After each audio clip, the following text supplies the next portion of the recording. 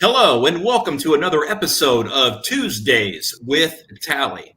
This is episode 16, and I'm your host, Brian Tally.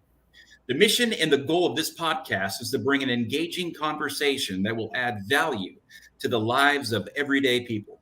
We will inspire, encourage, educate, and tell the stories of some of America's finest men and women in an effort to motivate you to live your life to its fullest potential. Be sure to follow us on social media and on Spotify. The online information and handles are all located on the scrolling ticker at the bottom portion of your screen. Be sure to like and share the program as well. You can also support the program by going to Anchor FM or Spotify and clicking the support button. We also have program sponsorships available. To learn more, email me today at thetallybill@gmail.com. That's thetallybill@gmail.com. Folks, we have a very special guest joining us on today's program. It's not every day you have the opportunity to sit down with a man such as our next guest. Jeff Katz, an award-winning broadcaster, is celebrating 10 years as the voice of Central Virginia.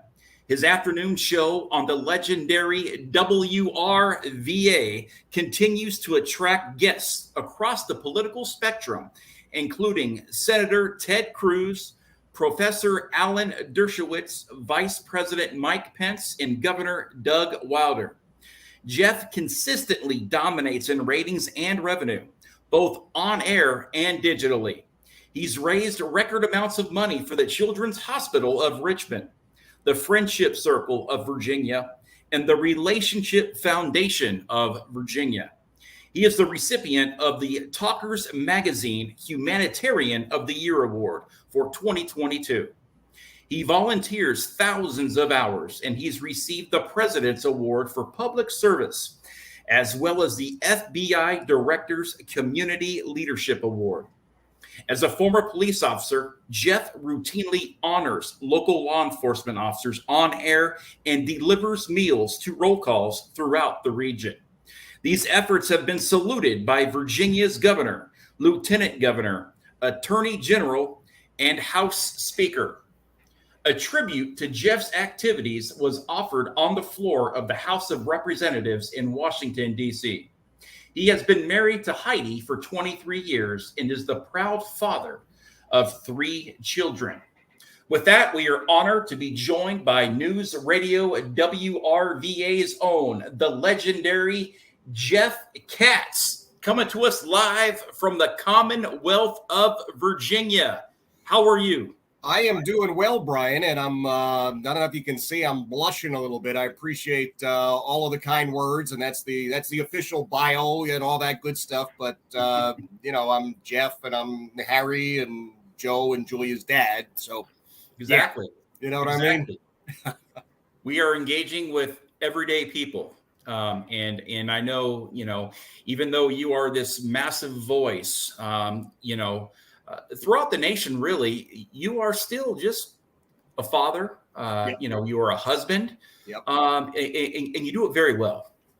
Well, I appreciate that. It's, to me, the most important job that I have is taking care of these 3 folks and trying to raise my 2 sons to be good men. And my daughter, Julia, as you know, Brian, has a number of special needs and disabilities. So for us, Julia is always going to be with us. She's 19 years old, chronologically, developmentally about 18 months old. So it's a very, very different journey and mission with her. But ultimately, as much as I love doing what I do, and make no mistake, I really do. What I really love and what is the most important to me is that family and those kids. Mm-hmm. Absolutely. That is, something that, there comes a lot of responsibility when you're taking on tasks, such as, Julia's too. And, it's quite admirable, what you do, and, your wife and your help, and from your, other 2 siblings as well. You guys are a solid team. I see you on social media. We interact on and off the air quite often. And, your family is like glue, sincerely. And you guys have stuck this out together. Yeah. it's funny you mentioned that, Brian, because that is one of the things that happens with a lot of families. You have a child that has this disability or that disability or certain special needs, and sadly, there's a huge percentage of couples that actually split up and can't quite get through that. And we're blessed. I mean, Heidi and I have, as I said, we've been married for 23 years, and we look at Julia like the boys. I mean, she's just one of the gang. She's just got some special things that we've got to take care of, and we do it. We do it the best we can. We certainly don't. We're not doing everything right by a long shot, but we really are doing the best we can. Well, you are doing a remarkable job, and she is a remarkable young lady. And I see a lot of her online, on social media, and she's living her best life indeed. Yes, she is. Yes, she is. Jeff, today we switched seats. I know. We met years and years ago when Congressman Dave Bratt first introduced the tally bill on the House floor in Washington, D.C. You picked up the story of this guy in Southern California who was trying to pass a bill in Congress. And you're like, man, this guy sounds interesting. I want to get him on the show. And I believe that was back in 2018. And we have remained great friends since. And this is very odd for me right now, as I am the interviewer and you are the interviewee. So today we switch seats. And we will get right down into it here. And we are going to introduce the world to Jeff Katz from a different perspective today. Jeff, I would like to talk to you a little bit about where you grew up and what were your early years like? Well, I grew up in Philadelphia, Pennsylvania. I grew up in a solidly blue-collar, middle-class neighborhood called Oxford Circle. And that's in the city of Philadelphia. I always laugh when there are people who will tell you, "Oh, I'm from Philadelphia," and you ask them, "Well, where exactly where you're from?" And they say, "Well, just outside." It's like, no, conversation's over. You're not from Philadelphia. You're from outside Philadelphia. You don't get the credit for that. I'm sorry. So it was a solidly working class neighborhood. We valued education because our parents said to us, "We want you to do things. We want you to go far." It was a family-oriented community. We were split probably not 50-50, but somewhere around there between Jewish families and Catholic families. That was the majority population. We knew that if we had done something wrong on the way home, we would hear it from everybody else's mother or father as we were going back to our own house. But I always thought it was a great place to grow up. Now, nobody was rich. Like I said, solidly blue collar, definitely working class. And for me, that really gave me a footing. Brian, I've got to tell you, I grew up in a home. We had row homes is what they were called. And you had 50 houses or so on each side of the street. So you only had windows because they were all connected. You only had windows front and back unless you lived in an N unit, in which case you had windows on all three sides, but you're still missing the fourth one.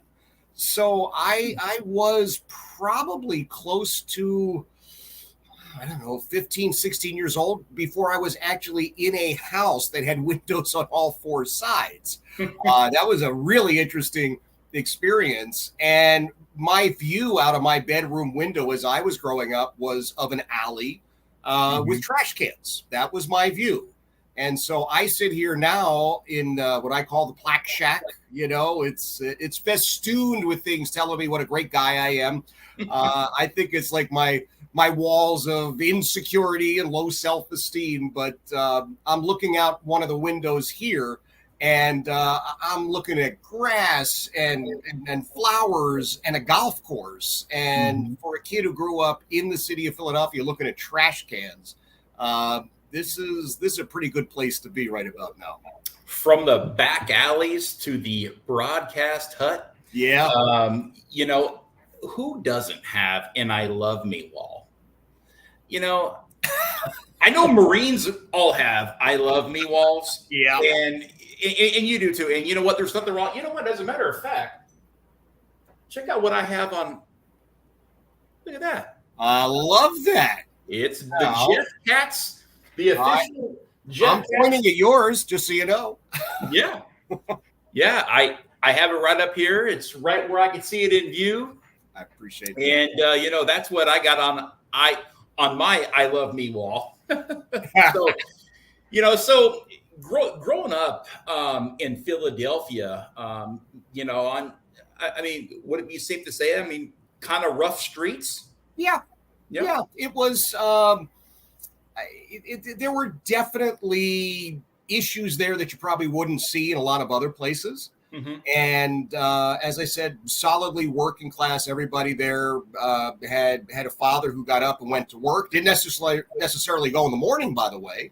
Mm-hmm. Some people were going in the afternoon or late at night because they were police officers or firefighters or construction workers or working an overnight shift. A lot of our dads in that neighborhood had second jobs because they were absolutely determined to give more to their kids than they had. Mm-hmm. And so, yeah, when we played in the streets. Right.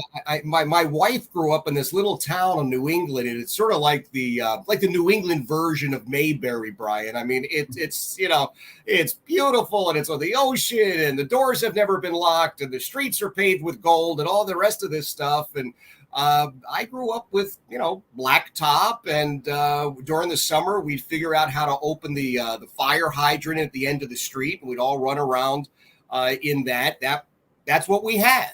And I suppose if you grew up somewhere else, it might sound a little crazy, but when you grow up like that, quite frankly, you appreciate everything that you have. Make no mistake about that. You really, really do. And you want to make sure that your kids understand where you came from and understand, frankly, what a gift and a blessing they have to be growing up where they're growing up. And so, yeah, I'm very happy that I grew up in Oxford Circle. Absolutely.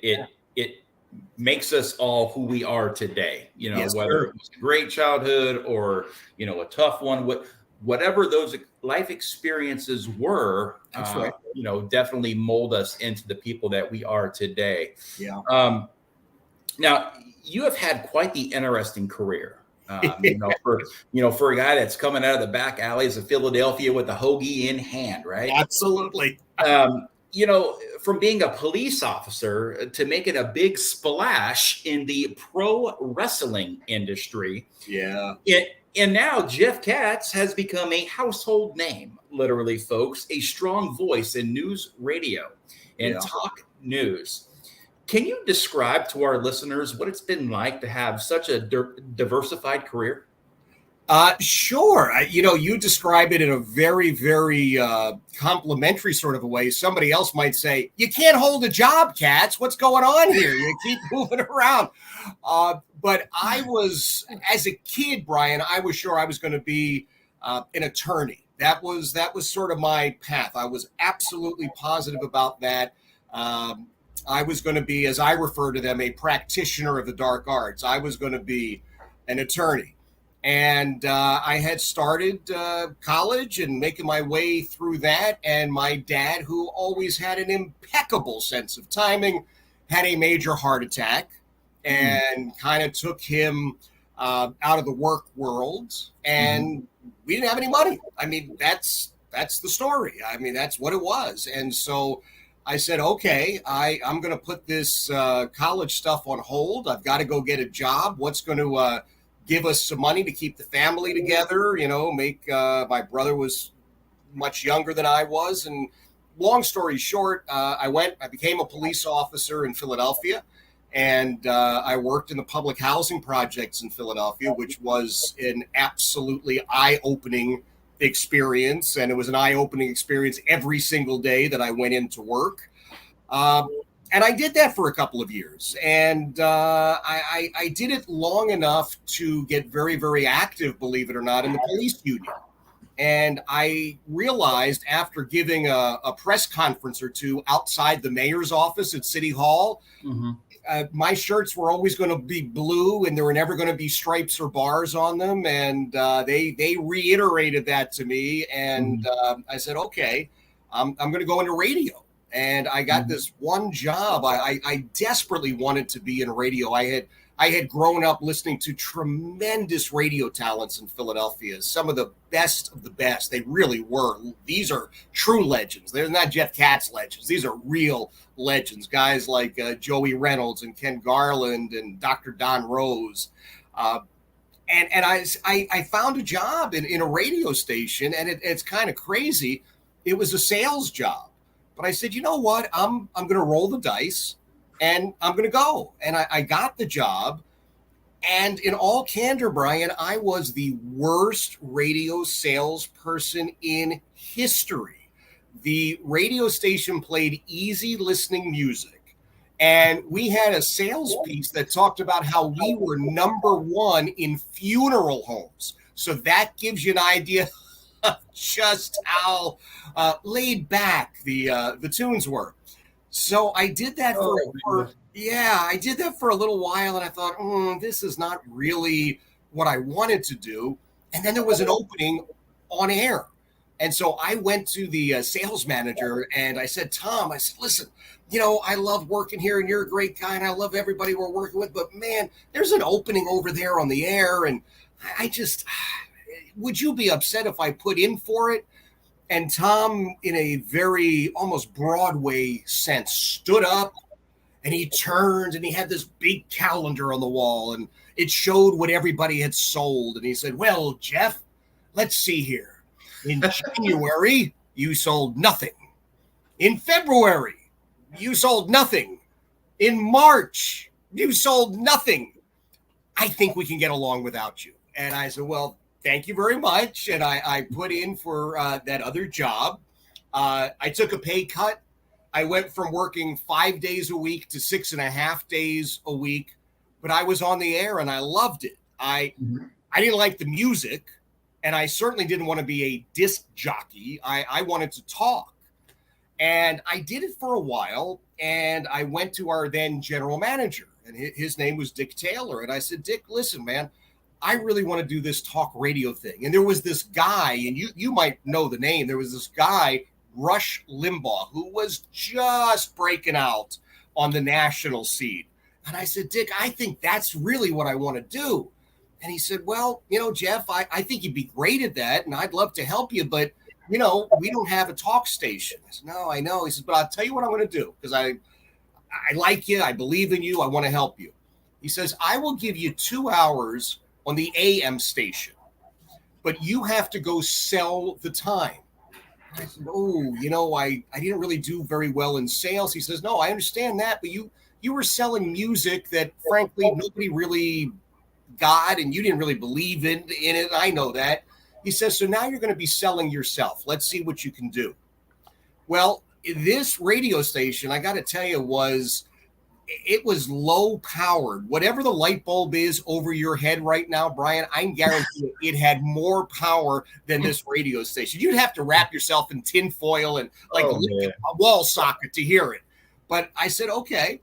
So I got 2 hours on the air, but I had to go sell it. And I really did know how to sell that, because I was selling me and I was selling my opinions and my insight. And it took off, and that was the beginning of this very, very bizarre journey in radio. And along the way, there was an opportunity to chat with somebody by the name of Pretty Boy Larry Sharp. Larry Sharp was a pro wrestler, and he worked for Vince McMahon almost exclusively, worked at what was then the Worldwide Wrestling Federation. And Larry had opened the first ever professional wrestling school, and it was called the Monster Factory, and it was in New Jersey. And I thought he would be a really fascinating guest on the air. And I called up, and he really was a fascinating guest on the air. And while I was chatting with him, I said, "Oh, Larry, I just want you to know my dad and I are longtime pro wrestling fans, and we used to go to the Philadelphia Arena on Saturday nights, and I loved what you did, and I think this is really cool." And he said, "Well, why don't you come up here?" He says, "Do you want to be a wrestler?" I said, "Well, come on, everybody wants to be a pro wrestler." And he said, "All right, come on up." So he had me come up, and I don't want to embarrass myself too much, but suffice to say, it became very clear very quickly I was not going to be a pro wrestler. But Larry said, "You're a talker." And so that was sort of my entree, and I wound up for years and years and years as a talker. I was a bad guy pro wrestling manager, and I'd be telling you, Tally, if you don't show up in Dallas on Saturday, there's going to be hell to pay, buddy. Mean Gene. Yes, sir. Gene was a delight. Wow. One of the best guys ever, and did a lot of color commentary and things of that sort. So I've really had these three careers, I suppose, that have kind of blended together a little bit, and just great fun. I mean, in all candor, the world of pro wrestling, the world of broadcasting, it beats the heck out of having a real job. You do all three very well, and especially in the seat that you are in now, behind that golden mic, because I tell you what, there's not too many folks in the country that are as educated and knowledgeable about what is going on in our day-to-day lives, and current events, news, sports, politics, whatever it may be. And yes, you have your own opinion, as we all do in this great land of ours. But you also are there as an influence too, to say, "Hey, look, guys, I'm shining a light over here on some issues here, just to let you know what's going on." And and I think that's very, very, very important job for somebody to hold, because let's just say that the majority of people that may be listening to you, they're so busy, wrapped up in their day-to-day life, that they may not know exactly what's going on. Sure. So listening to you, they get that, that news, that, everything that's going on, in the world, really. And then obviously in Richmond, Virginia, your city, your state has always, been in the news for the last at least 3 years. Is a hot topic in the country for a lot of things. And I know you've covered a lot. Absolutely. Absolutely. I'll tell you that one of the things that I love about Central Virginia, and as you pointed out, I'm now in year number 10 at News Radio WRVA. We're the number one radio station as far as news and information. This is what we do. We do it day in, we do it day out. We are a vital part of Central Virginia, and Central Virginia turns to us when things are happening, when they need to know exactly what is going on. And one of the beautiful things, you were kind enough to say that you listened to the show, and people are going, "Well, wait a minute, he's in Texas." We have this app, the Odyssey app, where you can listen anywhere in the world. And that's, I'll tell you the truth, that's actually how I now find myself listening to radio. I use that Odyssey app on my phone, or it's on one of the smart speakers. I won't say the name of the smart speaker, because then she'll come to life and start turning lights off and starting the car and stuff or whatever. But you know what I'm saying. And so it's a nice thing. And to be in a place like News Radio WRVA, where you legitimately like people you work with, I got to tell you something. In radio, sad to say, that's oftentimes the exception rather than the rule. There are a lot of big egos in radio stations, and sometimes they're so big there's no room for anybody else, and they won't.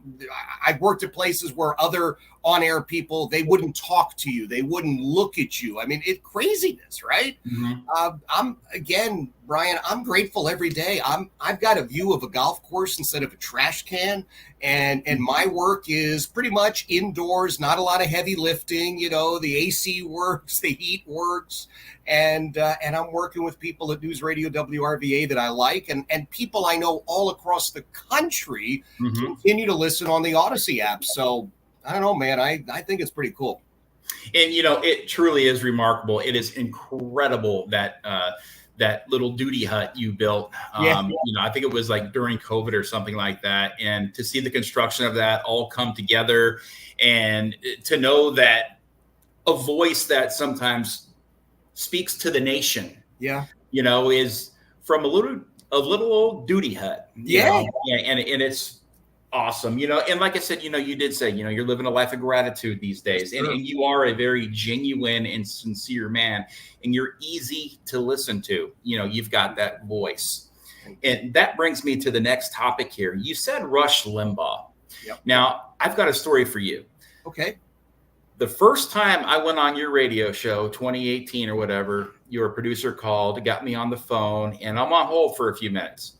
And all of a sudden I hear this, and then all of a sudden I hear you talking on the radio live, you know, commercials and all that stuff. And I'm like, holy smokes, this guy sounds like Rush Limbaugh. I mean, intimidating. I'm like, holy cow, like, how am I supposed to talk to this guy who sounds like Rush Limbaugh? He's got this huge radio program. This guy's voice is, I mean, one of the best voices that I have absolutely ever heard in my life. And, you know, I've kind of toyed a little bit with the voiceover work and stuff like that. It's something that I have gained a passion for. And starting in about 2017 and 2018, right actually before we met. So it's, you know, you've been a mentor, and you know, and you inspire me, you know, with my voice work and all that other stuff that I'm doing. And even with the way I even read my intro on my podcast, you know, that WRVA, I love it. It is amazing. It motivates me. And yes, I do listen to you when I am in my truck. And sometimes when they're doing traffic, I'm like, oh, wait, what? Traffic? Forget. This is Richmond, Virginia, not Houston. That's right. But we already have that anyways, you know, the traffic. So, you know, I've got a question for you. Sure. What career have you enjoyed the most? Being a police officer, being, you know, in the pro wrestling industry, or doing what you're doing now? That's a great question, and I wish I could give you a great answer. I have loved portions of each. I really have. Being a police officer is unlike anything else that's available. There is a camaraderie that builds with other officers that outside of the military you don't see elsewhere. It is about service, and I think one of the things that many people who are in law enforcement will tell you, or have told you in the past, is, oh, you know, it's a good job, and the benefits are great, and the money is okay. Well, I can tell you that when I started out as a police officer, my starting salary was $17,298 per year. Now, I thought I had hit the lottery. I mean, that was amazing to me. But I was a young, single guy. Mm-hmm. You know, I didn't have the responsibilities of children and the rest of it. I was obviously helping out my family because of my dad's situation. But I think the police world has given me a couple of different things that have served me well elsewhere. Number one, it's provided me with a pretty good BS detector. I'm pretty good in a couple of seconds figuring out whether somebody's telling me the truth or trying to run a game. And I'll treat them appropriately for whichever one it is that they're trying to do or be. But it's also, it's given me a grounding. You know, I don't have people shooting at me. I, for the most part, don't have people getting up in the morning saying, oh, I'm going to find that Jeff Katz and I'm going to beat the living tar out of him because I didn't like something he said on the air. So the other part of the police work that's really done a lot for me, Brian, is that even though I haven't worn a uniform in decades, I have served as a volunteer peer counselor for police officers for it's 30 some years at this point. And I can tell you that I continue to do that, and I continue to interact with anybody and everybody who's in law enforcement who says, man, I'm having a tough time doing this, or this is not working right. And the radio, of course, has given me a great platform to let folks know that I am available. And sometimes I think they're put off because like, he's just saying that while he's on the radio. But people now get it, that hopefully this Jeff Katz guy that they like is really the same Jeff Katz guy they're going to interact with. I'm in the process now of completing some additional training and education because I'd like to give back a little bit more with service as a volunteer police chaplain. And then in addition to that, I'm doing a fundraiser. You know, I've done so many fundraisers for charities over the years. And I had the opportunity to become part of a training program. It's actually in Dallas, Texas, with the Ziglar organization. I don't know if you're a Zig Ziglar fan, but I just loved Zig Ziglar and what they do. And they have a training program, which, in all candor, it's pricey. It's a fairly sizable investment. Mm-hmm. And between one kid in college and another kid getting ready for college and Julia's issues, I just did not have that. So I put up this Give, Send, Go campaign. It's givesendgo.com/helpjeffhelp. And so I'm looking to complete that because I think it would give me some additional tools to help other families that have special needs kids. Mm-hmm. And I guess, I mean, it's a long way around to answering your question. I apologize, but you know, Brian, as a talk show host, takes me about 12 minutes to order a cup of coffee. You know, I just follow this bright light over there, but I've loved each of them. I really have. I remain friends with so many people who I've worked with in radio over the years. I remain friends with people I worked with in the world of professional wrestling. But I, to this day, remain a brother to men and women I worked with in law enforcement. So I've gotten something out of each of them, and I've tried very, very hard to leverage my position. You know, I'm very, very fortunate. I'm a regular fill-in for Glenn Beck. I'm a regular fill-in for Todd Starnes for their national shows, and that's a big deal. There's not been that for a local Richmond, Virginia guy in the past. So I do like to leverage that. I like to tell them about what I'm doing. I've helped to support a family in this area, the Morrissey family. They have a disabled daughter, Emily Morrissey is her name. And Emily is 23, and she has CP and a couple of other challenges and disabilities. And she figured out during school with occupational therapy that she had this real talent for bracelets. So her parents set up this company for her called Emily's Bracelets, emilysbracelets.com, and she makes beautiful bracelets. And I love talking about them and supporting them. And I know that, you know, on my show, I always make a point of saying if it's a day that ends in Y, then of course I'm wearing at least one of Emily's bracelets. So I've got my thin blue line bracelet on. On Fridays, Brian, I wear my red bracelet. Remember everyone deployed. She's got them for every branch of the military. She's got them for all first responders. So I really believe, I think you got to help people at the end of the day. And I have been inspired by you, sir, as I look at what I really have, as I look at what you've done with the tally bill through the years. And you're right. I mean, my congressman years ago, Dave Bratt, sort of introduced us, and I was still trying to do the math. Like, well, this guy's in California. What's that got to do with us and this and that?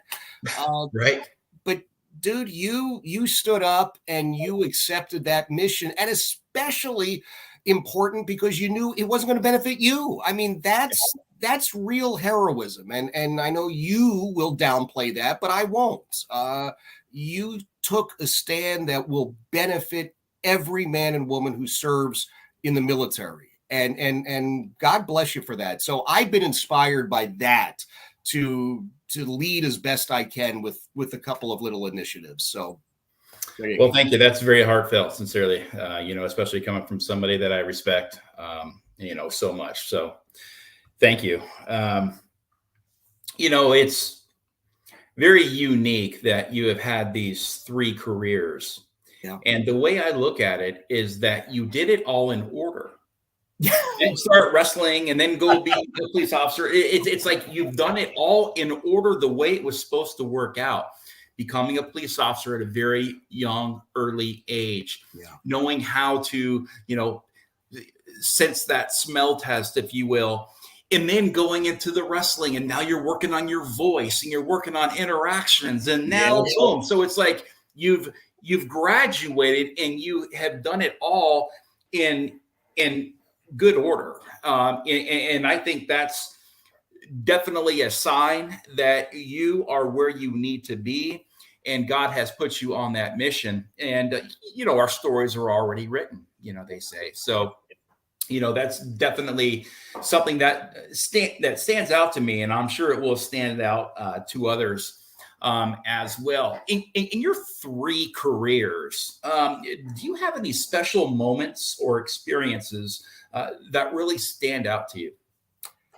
Yeah, I think I've got a lot from each of them, to tell you the truth. As a police officer, I saw a lot of lousy stuff. For the most part, people don't call the police when they're having a great day.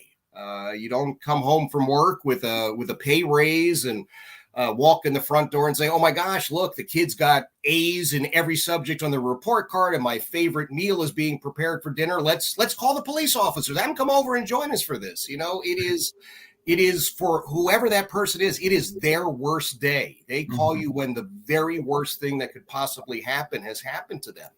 Right. So I had one experience which just kind of reminded me what service and law enforcement is about. We got a call, and it was a solo car. Got a call that there was an elderly woman who was stuck in the bathtub. I mean, it sounds kind of crazy, but I go to the house, and her husband is, gosh, he's got to be 90, 95, a frail old man. And he says, "Officer, I'm hoping you can help me. My wife was taking a bath, and she can't get out of the tub.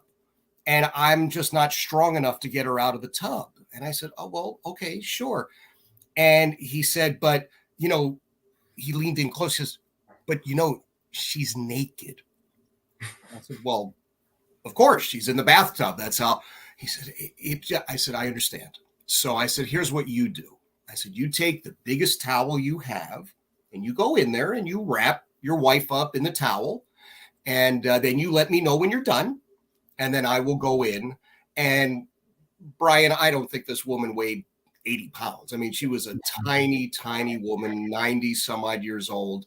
But it was important to her that she had that sense of dignity. Mm-hmm. And it was important to me to make sure that they knew that I respected that. And so that was very meaningful. That was meaningful. I can tell you in the world of wrestling, not a lot of moments like that, but there was some great fun that we had over the years. And there was always this mindset and this mantra that whatever happens on the road stays on the road, sort of thing. And so I can tell you that one occasion we were in upstate New York, and I think it was a part of New York, if memory serves, that was actually north of Canada. And I don't know exactly how the geography, but we were pretty far north. So we had gone and we had done the show, and everybody was happy. And as often happened, after the show, we went to a local watering hole, and everybody's having a couple of beverages. And there were local girls who were very impressed with the wrestlers and wanted to be friendly with the wrestlers, and the wrestlers wanted to be very friendly with the girls. So all these guys are having wonderful conversations. Well, the local boyfriends come into the same bar. They're not happy about the conversations that are taking place. And suffice to say, now there are punches and there are kicks and wow. fight. But here's the best part. We had a a kid working for our promotion. We were the NWA New England, National Wrestling Alliance New England. We had a guy working for us who, in all candor, was not a good worker, but he was willing to work for about $20 a night. So that's why he was on the card.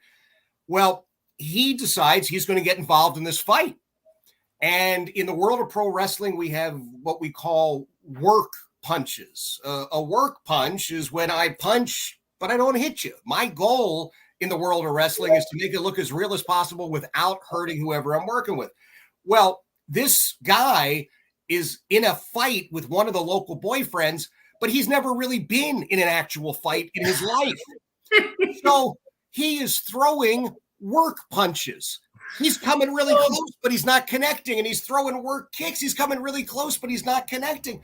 Well, now everybody starts looking at him, and we're all laughing hysterically, including the boyfriends. And everybody stopped the real fighting to watch him with what he was doing. And we all wound up as the best of friends. And we said to him, he said, that's the best you've ever looked. You've never looked that good in the ring, but by gosh, when you were supposed to really be connecting, you looked great. And so that's one of those moments I carry with me. I've had the chance at wrestling, man. I've worked some great people over the years, King Kong Bundy and Captain Lou Albano and Jim Cornette and Jimmy Valiant and just some wonderful folks. I'll tell you the most meaningful thing in radio, and I've had a few of those. The most meaningful thing, I think, recently, it was, I want to say in June this year, and I was tasked with throwing out the first pitch at one of the local baseball games. Mm-hmm. And I was standing there, and what I've done throughout the last couple of years, I mentioned Emily Morrissey. Emily has become my go-to. When I get invited to be the grand marshal in a parade, I say, I will do it, but Emily has to come and be my co-grand marshal. And this is a big deal for her. So I'm able to do that. And I've said the same thing about throwing out the first pitch. I'll throw out the first pitch and I'll help you out, but I want you to give the opportunity as well to Emily. So we were at the stadium, and Emily's folks were there. Her brother was there. And Emily was there, and Emily uses a wheelchair sometimes, and sometimes she's able to walk with assistance. So we were chatting, just the two of us and her parents. And then a gentleman came over. He says, Jeff, I just want to say a couple of words to you. And I said, oh, sure. And he started getting teary-eyed. And I assumed that he's maybe the father or the uncle to somebody else who has special needs. And he says, you know what? He says, I listen to you every day. He says, my radio goes on at 3:00. It goes off at 6:00. I don't listen to anybody else on the radio. And I got to tell you, I was trying to encourage him to listen to the rest of the programming on WRVA, but he was just telling me he was listening to me. And he says, I listen to you every day. I listen for all 3 hours, even if I'm at work. And I said, well, thank you very much. I appreciate that. He says, no, Jeff, you don't understand what I'm saying. And he now has tears flowing out of his eyes. And I said, are you okay? He said, I am. And he said, I'm okay because you are our local Rush Limbaugh. And I said, well, he says, no, you fight for us. You are our voice. Mm-hmm. We don't have a voice. You've got the voice, and you're willing to use it. And I came away from that. I thought, you know what? There's my mission in radio, right? To help a young lady like Emily Morrissey realize a dream of going out and throwing out the first pitch and making bracelets for the players. And this gentleman who is like me, he's a middle-class guy. He's a blue-collar guy who goes to work. And he doesn't have the ability to say, man, the mayor is doing this, and I don't like that, or the president or the governor or what have you. And so I looked at that and I said, I wear blue or black Harley boots. That's my go-to shoe. And it always has been, right? I mean, my boots. And so I talk about it from where I am now, but I look at my work boots and my blue collar roots. That's me. Like and that. This guy said to me something that is so meaningful that I'm his voice. And so those are the two takeaways, I guess, for radio. I've just tried as best I can to help as many people as possible.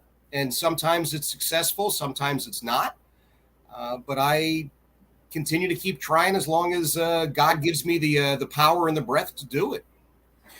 You have given the voiceless a voice, and we know that you have been quite successful in doing so. When you have the likes of Glenn Beck and Todd Starnes and several others, from the conservative circus down in Phoenix to to Salt Lake City. I mean, you are all over the place when you are not working from 3 to 6 on the drive home. For the folks in Richmond, Virginia, you are definitely giving the voiceless the voice that they so desperately need and are looking for. Folks are looking how they can help. Folks are looking on how they can get involved. Folks are looking on how they can help their communities, their school boards, their states, ultimately to live in a better country, a country that is, deeply rooted in military service and, our veterans and, just pioneers of this great land, the greatest country on the face of the earth. But, every country is always going to go through some sort of turbulence. And, I do believe now that our country is going through that time right now. And to have a voice such as yours out there to educate the populace is definitely a massive asset to anybody who listens to your show. Now, let's switch gears a little bit here. Okay. We've talked about a lot of great stuff and inspiring stories and stories that have really stuck with you.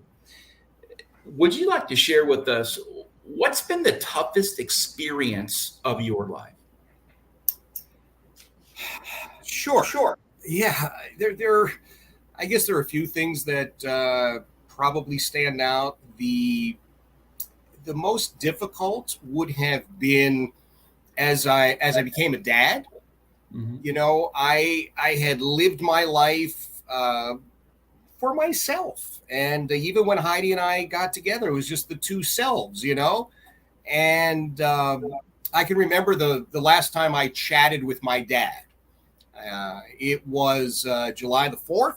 His birthday was July the 5th. He was going into the hospital on July the 5th for surgery.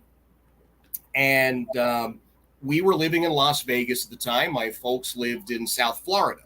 Mm-hmm. And I can remember talking to my dad and saying, hey, I wish you well, whatever. And he knew that Heidi was pregnant. And he had walked around the neighborhood showing all of his friends the little ultrasound pictures of I mean, it looked like a lima bean, but that was going to be his grandson, So we were chatting, and he said, listen, if anything happens to me, and I said, oh, come on, Dad. He says, what? I said, I don't want to talk about this. He says, well, I don't really care whether you want to talk about it or not. We're going to talk about it. Mm-hmm. And I'll remind you that my dad, when he was in the Army, was a military police officer. And, he had a certain way about him. And he made very clear, look, you're going to listen to me. And he was explaining, if anything happens to me, here's what has to happen to your mom. And you need to get in touch with the VA, and you have to do this, and you have to do that. I said, oh, okay. He said, you take care of my grandson. I said, okay, I will, don't worry about it, but I'll talk to you, tomorrow or whatever. And that was it. That was the last time I had a conversation. So my oldest boy was born just a couple of days after my dad passed away. And it was an unbelievable up and down sort of set of circumstances and emotions. And as my boy got older and we wound up naming my oldest boy for my dad, I could hear reverberating in my ears the the words of my dad, the words of my mom when I was a kid saying, you know, someday you should only have a child just like you. And I thought, oh my gosh, really? What did I do? And then you see it. Well, Harry was he was off the charts, Brian. I mean, with all the stuff, you know, you get the book, What to Expect When You're Expecting. And it's like, you know, an owner's manual to a new baby. Okay, they're going to do this. And Harry did all of it, man. He hit all of his milestones. He was early hitting them. Those were great. And then Julia came along, and Julia wasn't hitting any of her milestones. She wasn't doing anything. And we had wonderful family and friends who were saying things like, oh, don't worry, she's on her own timetable. She'll do it when she's ready. Well, no, that wasn't it. And so it was difficult. It's a difficult thing, and families that are involved in that, we all seem to go through the same thing where the first thing is, oh my gosh, you know, why me? Well, what did I do? Am I responsible for this? Did I do something? Is this a punishment? All sorts of emotions, and you can't figure it out. You can't make heads or tails out of it. However, I've grown to see over 19 years what an unbelievable gift Julia is. Mm-hmm. Oh, yeah, absolutely. Oh yeah, she's never spoken a word, and she never will. And there's a part of me, in all candor, I'd like to think that I'd embarrass her someday at her wedding, you know, but that's not going to happen. Mm-hmm. And Julia's always going to be wearing diapers, and we're always going to have braces for her legs and wheelchairs and this stuff and that stuff. But I got to tell you, Brian, she, without ever having spoken a word, she has touched more people than I have in 30 years of broadcasting, because it's such pure innocence, and it's like the face of God. She just, her laugh will light up a room. It will make you happy. And if she's crying, man, you are gonna hurt, because she can't tell you what's wrong. She can't tell you what's going on. And so that was a difficult time. And the final one, I guess, again, related to kids. I'm like everybody else's dad. I could just go on about my kids forever. But as we were just starting to figure out what was going on with Julia, we realized, okay, Heidi's pregnant again. And we went to the doctor, and the doctor says, okay, well, you know, you're pregnant. And if you want to take care of this, given what's going on with the other one, you need to act quickly. So Heidi and I kind of looked at each other, you know, when you have like that husband-wife ESP going on, like, is he saying what we think he's saying? And it's like, oh, he's saying exactly what we think he's saying. And I remember saying to him, I said, doctor, I said, number one, the other one is my daughter, Julia. And this one, if we're going to take care of it, well, I don't know what it is, but we know it's going to be our son or our daughter. And we are not about to do what you are suggesting we do. Right. And Heidi said, I think we need to find another doctor. And we got up and we left. Yeah. So those are the most challenging, difficult times that I've had in my life. I try and take something from everything, and hopefully those experiences have allowed me to grow a little bit, be sensitive to families that are going through the same thing. And in my case, I'm very, very passionate about standing up for innocent life. I just can't go along with the idea that you're just getting rid of something. It's a human being, and I just feel compelled to stand on guard for that little guy, that little gal. Well, I respect you for that. That is truly remarkable, and I don't know how anybody could do that to their children. You know, just because there is something wrong, or the potential of having something wrong. You know, everybody deserves a shot. Your daughter has brought you a great deal of joy and peace and love and faith. And that right there says it all. Really about your character as well, and who you are as a person, who you are as a husband and a father. And, you're just a solid overall guy. Now, what look, I've got 4 kids too. And the thing that you said, anyone who has had children will know, about the book. What's it? What to expect when you're expecting.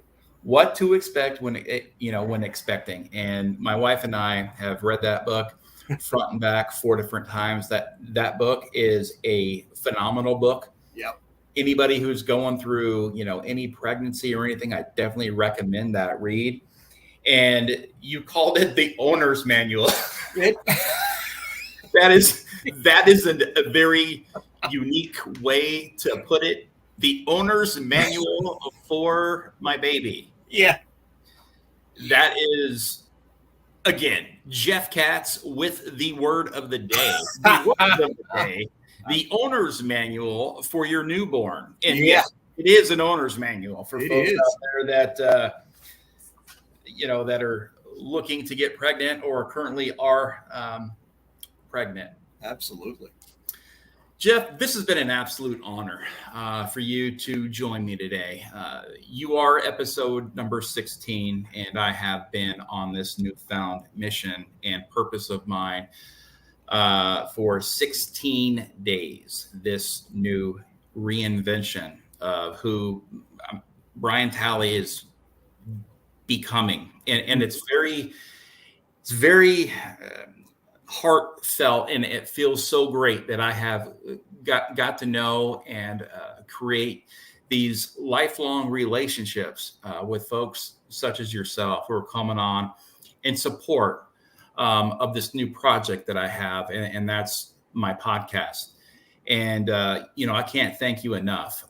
It means a lot, and and then again, everything that you do in the community, is definitely truly remarkable. I appreciate that, Brian. I think it's your words are very kind. They're greatly appreciated. As I said before, I'm not sure that they're deserved, but they are appreciated. I'll tell you that, by the way, that little thing that the doctor referred to is now my son Joe is going to be 18 years old in a few weeks, and as I don't know what he is, 6'12" or so. I don't know. He's gigantic. He towers over all the rest of us. He's capable of inhaling an entire refrigerator full of food and not even breaking a sweat. But help people away. Yeah, you, my friend, have impacted so many lives. And I sit here, and I said it before, and I will say it again. I sit here in awe of you.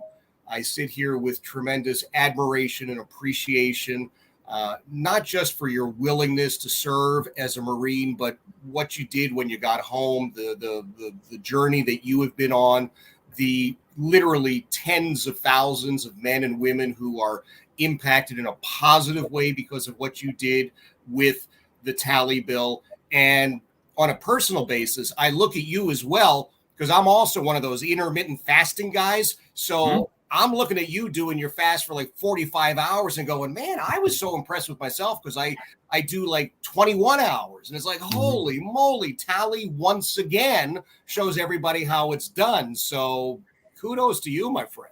Since I began to get 1% better, 2018, 2019, when I graduated from Mighty Oaks program, a Christian-based, faith-based organization for veterans, I began to get 1% better, and I began to change my life. Again, it's the little things, and intermittent fasting was something that I definitely, had to bring on board to lose some weight and to start feeling better about myself, as well as to give my body some time to heal. It had been so destroyed on the inside, and it still is. And, it's a lot of discipline. It is a lifestyle. And, and it hasn't been easy. I mean, I struggle every day.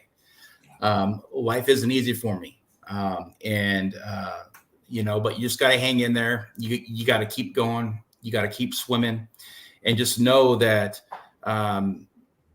you're making a difference. And like I like to say, I'm not going to change the world, but I could change the world through one person at a time.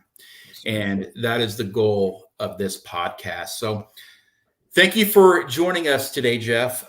We sincerely appreciate everything you have done for our great nation. Your service, sacrifice, and dedication to the state of Virginia and our country is truly admirable.